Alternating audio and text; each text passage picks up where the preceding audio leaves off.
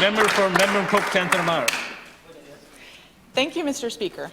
In the throne speech presented last month, the government said it has prioritized the environment through tangible actions and real progress. However, I have seen incremental progress at best from this government when it comes to addressing the climate crisis. The throne speech also mentioned that in this year's budget, the government allocated $36 million to invest in climate change initiatives. However, the throne speech does not say how much was actually spent so far. Real commitment to addressing climate change requires actions, not just words. The Premier often talks about how he wants to see results for money spent, so I want to know if the Minister of Environment and Climate Change will table a detailed summary of the spending of the Climate Change Fund so far this year, so New Brunswickers can see what results this government is getting when it comes to addressing climate change. The Minister of Environment and Climate Change. Thank you for the question, Mr. Speaker. From across the way. Actually, you're right on with the throne speech of $36 million. I'd like to say during Cabinet and other caucus committees meetings we've had, we're looking at helping all departments across the way for climate change, whether it's replacing infrastructure, I mentioned a minute ago. Remember from up north, during the climate change, there's lots of things happening for infrastructure, energy efficiency in buildings, and we're looking at each project individually, and we will look at tracking those and getting back to the member when we have something to offer. Thank you. The member for Memramcook-Centre-Mar. Thank you, Mr. Speaker. So just to be clear, I do call on the Minister to table the list of what's been spent so far from the Climate Change Fund.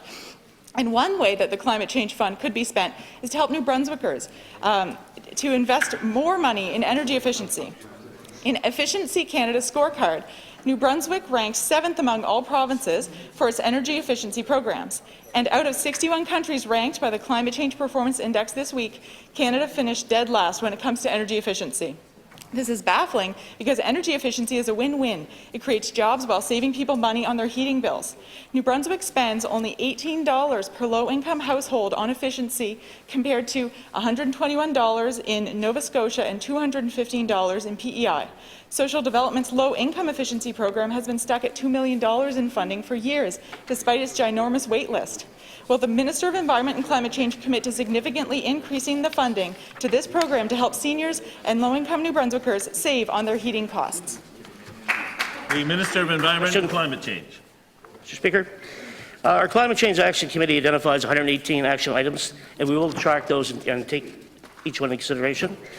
You mentioned renewable energy. We're working on that as well, through energy efficiency in homes, businesses. We're talking about schools and hospitals as well.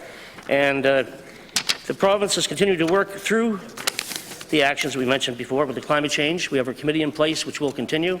We're part of that. Looking forward to working with other members across the floor. This is just a snapshot of the time of the energy efficiency performance over the last year that you mentioned in the paper yesterday. Investments continue to be made to improve the energy efficiency performance of New Brunswick, as well as reduce the carbon footprint of the energy sector. One of the strengths highlighted in the scorecard is our electric vehicle charging stations. We hope to hear more about that in the near future as well. We're therefore well positioned to further reduce our greenhouse gas emissions from the transportation sector. Thank you again for your question.